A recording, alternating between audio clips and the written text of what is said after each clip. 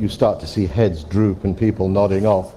But our topic, I think, this afternoon ensures that none of you is going to nod off. I'm Paul Taylor. I'm the European Affairs Editor of Reuters, the international news agency, and I write the Inside Europe column for the International New York Times. I'm also, I should declare an interest at this point, the grandson of a refugee. My grandmother and her family came from Lithuania to Britain in the 1890s, fleeing the pogroms, the persecution of the Jews. Nowadays, they might be considered to be rather dodgy economic migrants rather than genuine refugees. But anyway, that's by the by. Let me do a little experiment. Could you raise your hand if any member of your family for the last 3 generations was a refugee?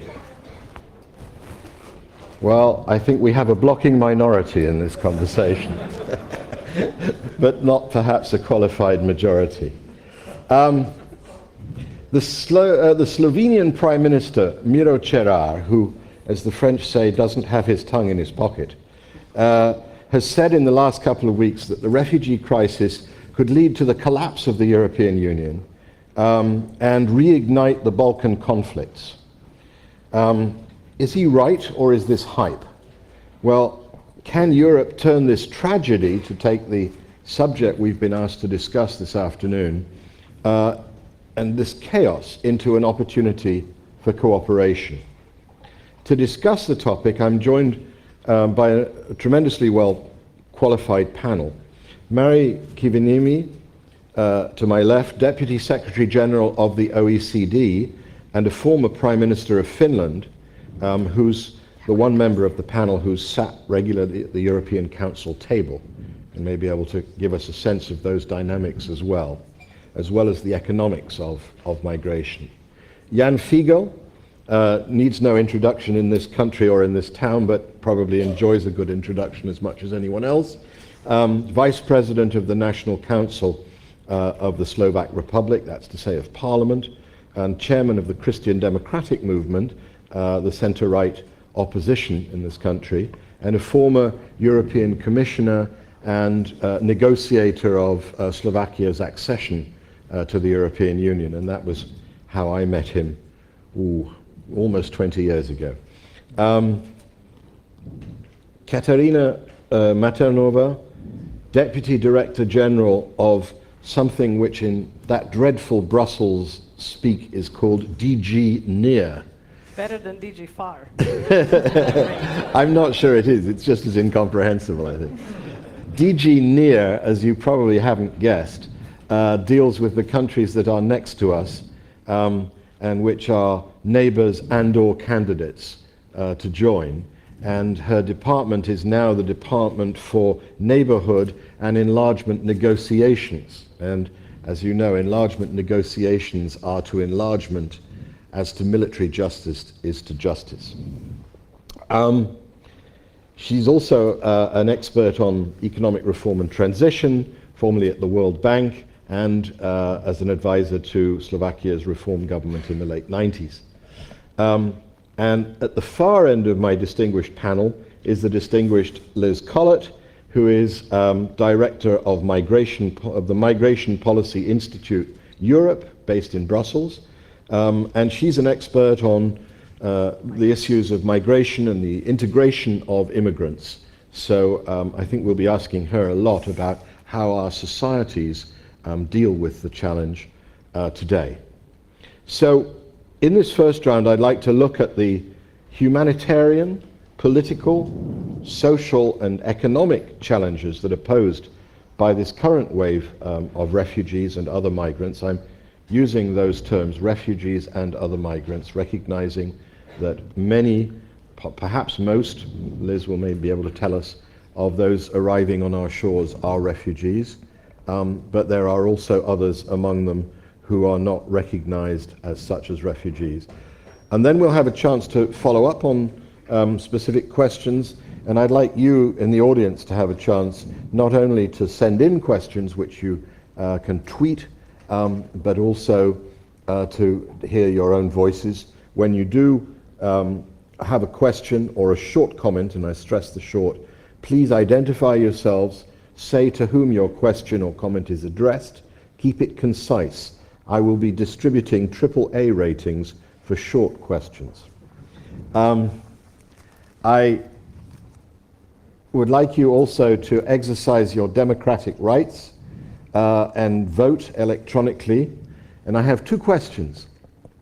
Number one, question number 2 is up there at the moment. All right, well, let's start with question number 2 then. Should religion and or ethnicity play any role in determining which refugees European countries accept? Yes or no?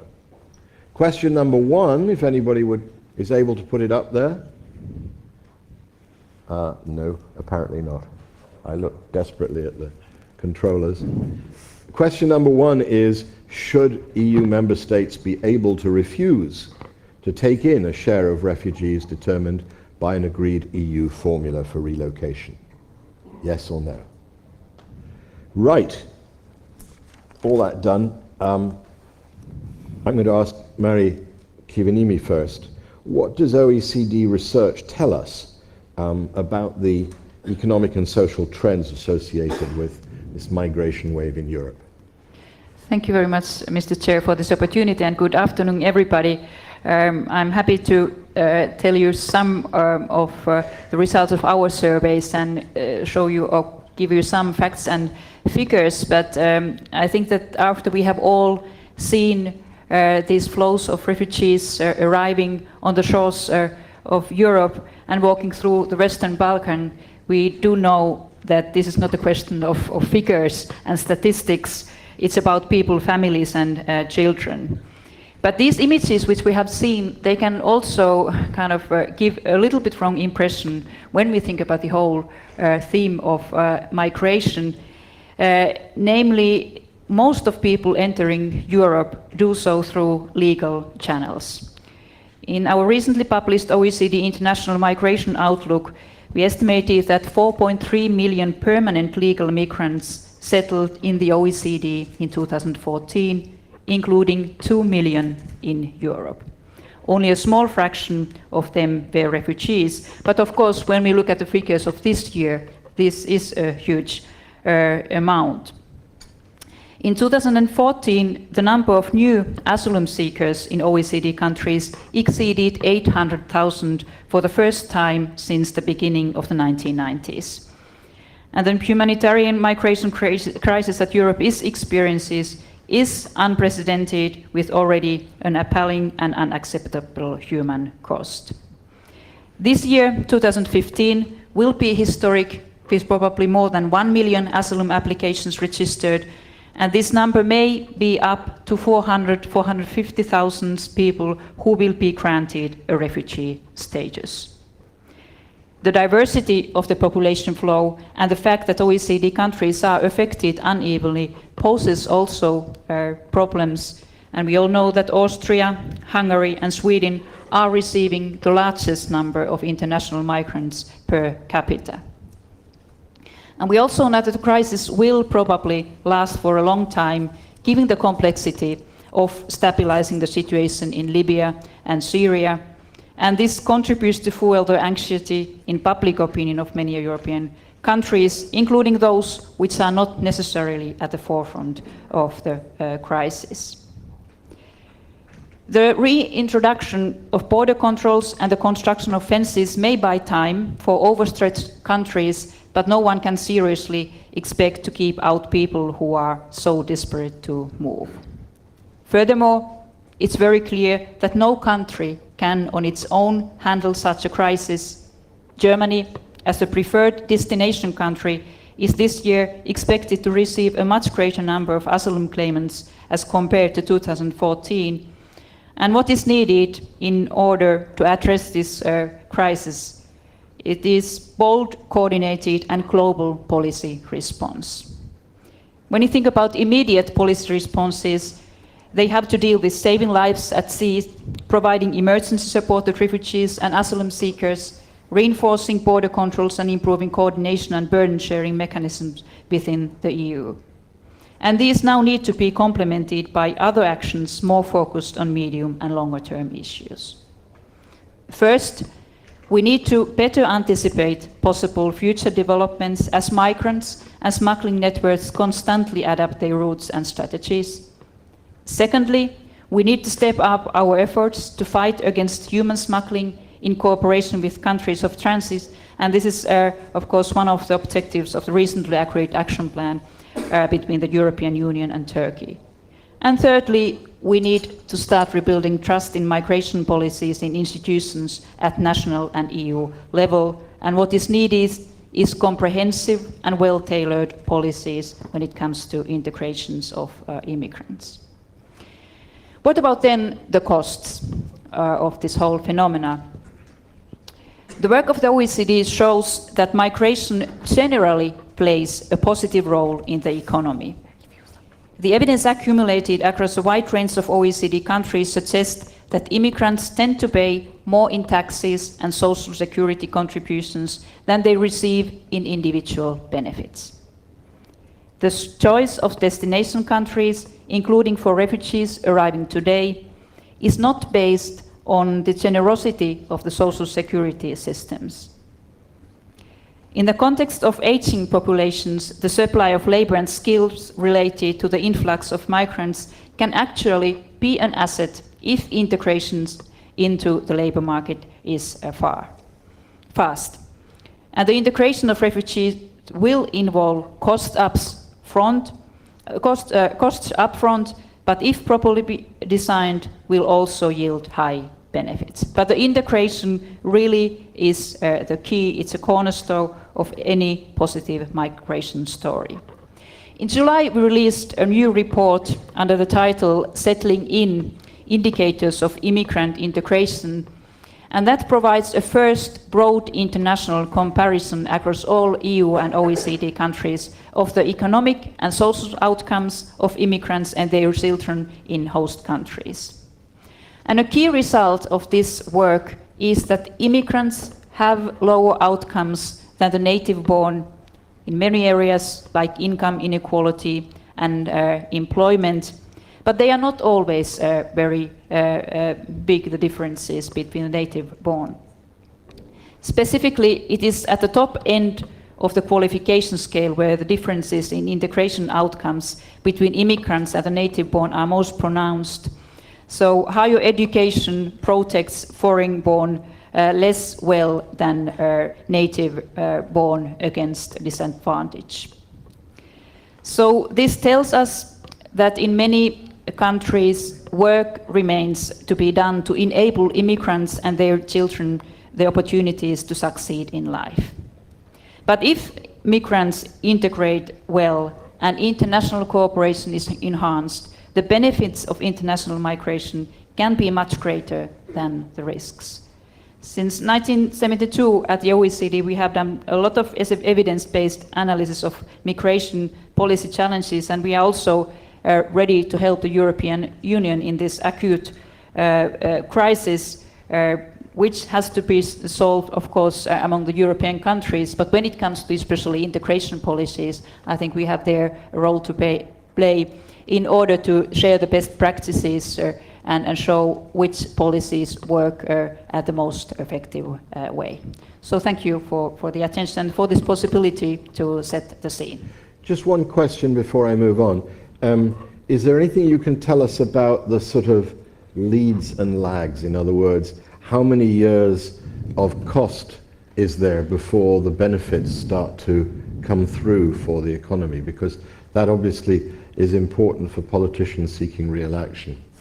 Unfortunately, we don't have that kind of figures or estimates how many years it takes, but we know that it takes years before the foreign-born have integrated well into the society. So you have to kind of count of 10 years before you are there, and even some generations. But of course, it depends very much on the skills of refugees or immigrants, how much kind of extra effort is needed when it comes to, for example, to education. Okay. Thank you for that introduction. Katerina Maternova, can you start by telling us what has the European Commission and the European Union done so far to cope with this wave of arrivals, and how much of what you've been promised has actually been delivered? What we have been promised or what we promised? What you've promised yourselves and what others have Okay. promised to you, member states maybe. Thank you very much for the question, and thank you very much to the organizers for having invited me. Just two small statements. I am a migrant and my grandfather was a refugee. And the second one, I represent the European Commission, not the EU as a whole, which will become apparent why I'm making this statement at the beginning. A lot has been promised, a lot has been delivered, a lot still needs to be delivered. I think that the magnitude of the challenge, and I choose to speak about it as not a problem but a challenge to manage rather than a problem to solve, has been around for several months. There have been, the EU likes to do things through summits and processes and meetings, etc. So a number of those have been held, and the EU has, first of all, together with the member states, legislated and agreed on a number of measures, including the very unpopular relocation scheme. But in addition to that, there's been a very sharp increase and expansion of the mandate and work of the EU agencies, whether it's Frontex or EASO, which are the border management agencies. And there has been much stepped up cooperation with our neighbors. That's those countries that our department works with, because we happen to have both the sources of migrants, sources of refugees, and the transit countries in our portfolio. So we have worked very closely with Lebanon and Jordan, that are, by the way, shouldering a large chunk of Syrian migrants. Just for comparison's sake, in Jordan it's about 10% of the population. In Syrian migrants represent a third of the population, together with Palestinians, of Lebanon. That's as if the entire Mexico moved to the United States, just to give you an order of magnitude. And also work with the Western Balkan countries to help them manage the flows, manage the migration part of it, and address both the humanitarian and the more medium-term aspects. And I think that, as you said before, there are two things that need to happen. One is the humanitarian response to the immediate crisis, and then work with the host communities on enabling and facilitating integration, which is a more long-term issue. And that's something that we are in active dialogue with Turkey, for example, through a migration action plan that has been developed and that has been agreed, and is now waiting the post-election processes to kick in to be able to finalize it at the political level. And then last but not least, there has been significant financial effort by the EU. Let's not forget the EU budget is 1% of European Union GNI. So we are dealing with a very small chunk of what EU member states have at its disposal. And the EU has put together financing packages both for the UN agencies like UNHCR, the World Food Programme, financing for the EU agencies, or developing even innovative European Union trust funds to support the medium-term kind of investments. That's the Syrian Trust Fund, to which also the Slovak Republic contributed. The EU has put so far $500 million into it, member states in total 50 million, but there is an expectation that a lot more would be done on the side of the member states, and the same goes for a similar trust fund to help with the sub-Saharan Africa, medium-term, longer-term migration pressures, so-called Sahel Trust Fund, where the EU put together 1.8 billion, and again, the expectation is that there's going to be major matching by member states. You talk about expectations, but isn't it the case that member states come to Brussels and they promise these things, extra resources for Frontex, the border agency? I think the other one that you mentioned was EASO, which is the Asylum Support Agency, which I believe had 50 staff before the beginning of the crisis. These are drops in the bucket, and are the member states actually stepping up and doing what they've promised to do? I think that the picture is a little varied. I think that member states have started stepping up, but the stepping up is not in step with the expectations so far. Yeah. And I think that's one of the reasons why for the week after, next week is a summit in Valletta, which will be discussing more the African migration trends and where the big announceable will be the EU Trust Fund. And the week after, I believe that a new summit of EU leaders has been called to remind member states of the pledges that have been made, both in terms of personnel and in terms of financial support.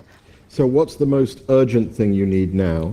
And what do you do about the tens of thousands of people who are on the roads in the Western Balkans, in Greece, in Austria, and being pushed from pillar to post?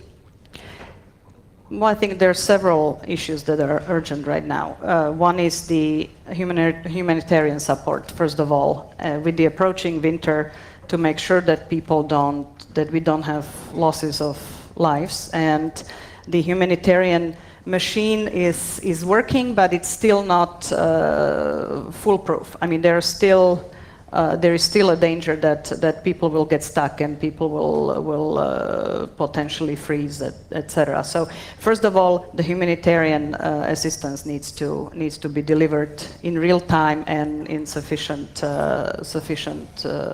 quantity. Second, I think that there is very much a need to stabilize the situation on EU external borders and start managing the flow in a way that would not be overwhelming the transit countries. And third, there is indeed the need for a pan-European solution to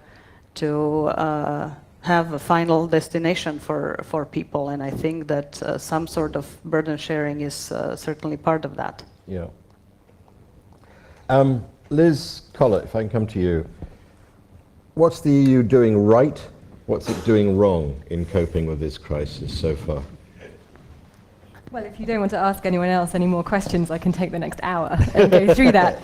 I think first it's important to recognize that two things. One, this is not a new phenomenon. The phenomenon of mixed flows arriving to the European Union, particularly through means of maritime migration at different points across the Mediterranean, is not new. It's been going on for several decades.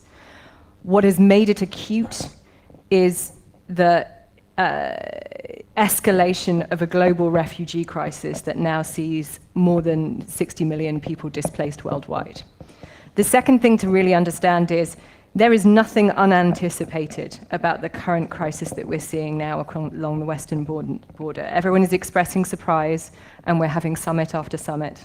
This time last year, I used to commiserate with poor finance journalists who had to spend every Sunday at a summit, and now they commiserate with me.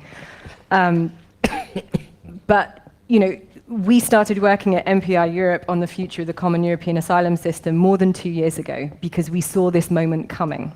And I think most senior officials in many countries across the EU also saw this moment coming. So the question we have to ask ourselves is not, do we need better crisis management tools or crisis response tools, but how do we actually kick them into action 2 years before the crisis happens rather than 3 months after? And so one of the major shortcomings, and I think it's a shortcoming that resonates throughout policies across the EU spectrum, is really, why do we only respond once it has become absolutely critical? it has become urgent to find a solution, and there is that recognition, but still we are in a situation where there are 28 different solutions on the table, 28 different views about how this might ultimately be resolved, and that lack of coherence when heads of state and when interior ministers and when foreign ministers sit together is really impeding the ability to move forward in a structured manner. At some point, there has to be the recognition that there are no perfect solutions out there. There are no ideal solutions out there. There is a set of least worst options for the EU in terms of managing this crisis, and the critical thing is to pick one and really commit to it. And that's hard in a context where the EU is not getting the basics right. And I think Katerina highlighted that the urgent thing is to really deal with the immediate humanitarian situation. The fact that people are still arriving on the Greek islands and not being looked after properly after 4 or 5 months of this escalation in numbers is something we should be ashamed of and really thinking about, and asking why that's not happening. And part of that is because it's one thing to allocate emergency funding, it's another thing to translate that into operational resources on the ground. And if we've learned anything from the EU in the last few months, it's that when there are funds available, it turns out to be very, very hard to translate them through national administrations, through local administrations to get resources on the ground. So we have to rethink that. Things like the civil protection mechanism that have been activated have not been responded to, in part because many member states who normally contribute to emergency response are overwhelmed themselves. So we should really look at that. We need to move beyond crisis management and look at the investment issues writ large. We've talked about the difficulties in finding financing at member state level. We haven't even begun to think about the financial implications of this from the point of view of building capacity within asylum systems, building protection capacity in the regions of origin, and also thinking about how to invest in public services and integration in the long term for those people already in the European Union. We are at the wrong order of magnitude right now with investments. But finally, I think one of the things the EU is going to have to do in the next few years, and this is particularly difficult at a time of crisis, is to rethink the fundamentals of a common European asylum system that is neither common nor functioning as intended. It is the dysfunction of an incomplete, half-built system, whereby there are 28 national asylum systems, some of which have capacity and some do not, with an overarching commonality to them. So we're going to have to think very hard about whether we want to move forward and complete that system, create a grand vision and work towards that in a concrete way, or move backwards and give up Schengen, give up our common policies in this area, and regress to where we were before the area of free movement was built. Unfortunately, the costs of regression are extremely high, not least in the terms of rebuilding border infrastructure, but the political will for completing these systems is extremely low. And I think we sit in that middle point, and we risk paralysis by not choosing one direction or the other, but sitting and doing crisis management. That's very much, I think, the state of the European Union in general. You could be equally applied to the Eurozone, which blighted so many of my weekends before the migration crisis replaced it. Thank you for that. A couple of specific questions. Is it realistic for the European Union, as some people have suggested, to create hotspots on other countries' territory and try and process asylum seekers before they enter the EU, for example in Turkey or somewhere safe in North Africa, or if there were somewhere safe in North Africa? So I think until the hotspots concept becomes fully operational within the EU, it may be premature to think about it operating outside the European Union. The idea of processing claims outside the EU is not a new one, and there are various ways to consider it. The one that would be most easy for the European Union to contemplate is enhancing the scale of resettlement towards the European Union, in the hope that by resettling large numbers of people in a managed way towards the European Union from regions of crisis, you may be able to change the decision-making process that people take to use the services of smugglers and take dangerous journeys. The problem with that is it's fraught with uncertainty. How many people would you need to resettle from where, and in order to change that decision-making process? Some of the more specific ideas are indeed sort of the creation of hotspots, creation of external reception centres, thinking through different ways through which people can access legal processes. The key thing for the EU, to get a little bit technical, is you have to disconnect the standards and the laws within the EU from any external processing. If you created an EU adjudication in a third country, you would first have to decide whose standards would you use. Would you use Germany's standards, or would you use Bulgaria's standards, which would have very different recognition rates? On what basis would you determine that someone was eligible, and therefore where they would go within the European Union? What would you do with the people who would turned out not to be eligible? Would you be creating effectively a pool of people ineligible for protection within the European Union who would reside in that third country? And the enormous question, which we're seeing in negotiations with Turkey, is what country would be willing to take on this responsibility on the EU's behalf? So there are a number of legal, technical, and practical issues with external processing in this more complex sense, but it's certainly an issue that's rising up the agenda, and people are trying to think of innovative ways to break this link between territorial access to asylum and how to manage protection. Yes. Just to follow up Yes. on that, with all these caveats and these dangers and practical difficulties, there is an attempt to work both with the Western Balkan partners and with Turkey on developing at least partially a capacity of screening and the first level adjudication. Okay. A lot of those issues that you raised, which are intriguing and complex, fraught issues, obviously apply to any attempt to screen refugees at hotspots within the EU as well. Whether it's on Turkish soil or on Greek soil, the same question is, do you have some common definition of refugee-hood, refugee-dom that you apply? And if so, whose standards do you apply? And one of the questions in my mind is, can you legally and ethically, but first of all legally, detain refugees, asylum seekers, while their claims are processed in a hotspot on Lesbos or somewhere else in Greece? Well, the short answer is there are very strict limitations on the detention of asylum seekers and very strict rules on when you can use detention during an asylum procedure. The geographical advantage of the Greek islands, Lampedusa and Sicily, is that they are in some ways automatically... They are entirely surrounded by water. Indeed. So they are automatically, Yeah. A form of detention. And I think, as we've seen on the Greek islands, there's a limit to that, because really there's a capacity issue in terms of the number of arrivals and the conditions that people are housed in. It's sort of easier to contemplate perhaps in somewhere like Sicily. But this does bring you to what is the crucial point right now, and the crucial challenge for policymakers, which is reconciling the fact that we want to see orderly managed systems of immigration and asylum, because that's how public confidence is maintained, is the sense that we have control over this chaos and we can manage these things, versus the fact that the large numbers of people arriving on the Greek islands have very different ideas about where they might want to be within the European Union and are expressing that with their feet on a daily basis. Yeah. And we haven't yet come to terms with what it would take and how you would persuade those people, because I think, as we've heard, building walls is only a short-term solution. How do you create the conditions that might change those decision-making processes and perhaps slow down this flow, which is, I would love to say I had the answer. Well, we've come to the politics of it, and therefore it's right that we should turn to you, Jan Fiegel. We heard this morning at the panel, which you weren't able to attend, that people saying that this really could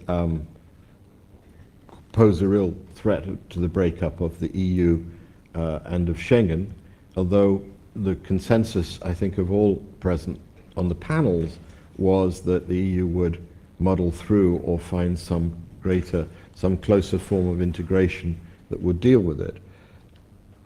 In your mind, how do we prevent this refugee crisis from breaking up the EU and the Schengen zone? Thank you, Paul, for not only giving me the question, but the opportunity to be again together. Maybe part of the answer to the question of future of Europe, or breaking up or sticking or staying together, is question in hands or answer in hands of UK people. You know what I mean, Brexit, yes or no? Secondly, I'm happy to be here, and thanks to invitation and our organizers to give me the place in the panel where we are in minority, because previous was a problem. But now more seriously, European Union is frequently mentioned and defined as a moving target or something which is unfinished construction. And I think that this motion or evolution speaks by itself. It can go up or down, from crisis to crisis. And from each crisis we may go up as more mature, more experienced, better prepared for future, or to the deeper crisis or even collapse or demise or division. History is full of lessons, and this is human construction, so, and political. It may collapse if we don't care or if we don't do what is appropriate and positive or constructive for future. I was in the first enlarged commission, or first with Prodi and then Barroso, and we faced a very steep and tough time of constitutional crisis. Well, after enlargement, founding countries said no, in France and in Netherlands, and it was quite tough. And there were messages about periphery and the core, directorium, and these temptations of artificial divisions or mistrust were overcome. And I'm happy to say it, because this is example, this is proof that we may answer the problem right and together, not only some, and that's the time we need again. Then we faced economic crisis, the deepest since wartime. It's over, and from the previous part we have a Lisbon Treaty instead of constitutional treaty, system of two basic treaties. Then of course it's not the ideal time, but we adopted more strict and readable policy on budgetary responsibility of states, member states. This is also linked to another crisis, which is very vital in my case, or real, because our government in Slovakia, previous government, collapsed on European firewall. First time in short history of European integration of this country, government fall apart on European agenda. Not nitty-gritty domestic, but firewall for stability and credibility of euro, our currency. We got euro in our pockets. It's serious. And we pay the price for stability of euro, which is important, it's our currency. And I think that this crisis, together with the constitutional, is another good example, because after constitutional crisis we have more members in the union than we had any time before. It enlarged again and again. After Euro crisis, we have more members of Eurozone than any time before. It went up. So this is my answer to current crisis. Je ne suis pas l'optimiste ni le pessimiste, mais je reste résolu. This is a message from Jean Monnet. I am neither optimist, nor pessimist, but I stay committed to the future. Determined. It was determined. It is better answer than feelings or sympathy or something less tangible than commitment for going on, implementing rules which we adopted. If we fail in observance of our own rules in Eurozone or in migration policy, Schengen or Dublin, how come? And what shall we do more? So I think we have to go back to the rules, to obey the rules we adopted, to adapt them if needed, and of course do our best on the continent, in the territories around. I think we spoke very little in these previous minutes on roots of crisis, how it happened, why there is such inflow to the continent. And I think there are many points to mention, and there is a lot to do. So I don't want to dwell on my experience, but just 10 last years speaks by itself that enlarged union is more European, is more complete. I don't think that Slovakia is a reason for problems. Of course, we probably will speak about situations or responses of Central Europeans, but many countries didn't observe Schengen rules, at least within last year or years. And we need to get back to the principle of the Union, rule of law. Can you go back to rules that manifestly have broken down and don't work, and they don't work not because of ill will, but because they're overwhelmed by events? I'm thinking of the Dublin rules, which Sandro Gozzi declared to be dead on the previous panel. They would require Italy and Greece to detain and register on their soil all of the more than 500,000, what are we up to, 800,000 people who've arrived. Is it fair to expect them to carry that burden when the rest of the European Union sits tight and people like the country that I know best say, oh, well, we've opted out of this, so we'll you sort it out for yourselves. I mean, is that realistic? No, I know it's too much at a short time, Yeah. but humanitarian Geneva law and contracts, and of course our Schengen system has its rules. And when these rules by many countries haven't been observed, then we got into a very difficult, sometimes even chaotic situation. Secondly, we have been observing for years, at least last 4 years, since 2011, outbreak of conflicts and war in Middle East countries. I think it was a very long and important time to act, not only to more or less observe. And if we only observe or don't act prudently and swiftly, then we pay much higher price for the impact or fruits of such conflicts. And that's the case after outbreak of conflicts in Middle East since 2011, or even sooner in some countries like Iraq or on an African continent.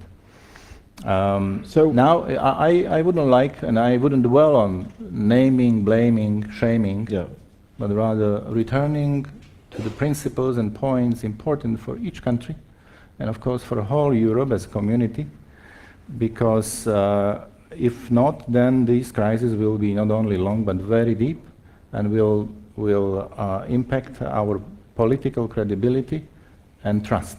Well, let's not deny ourselves the fun of a bit of naming and shaming to start off with. Why are Central European countries so reluctant to share the burden? It's for me. Yes.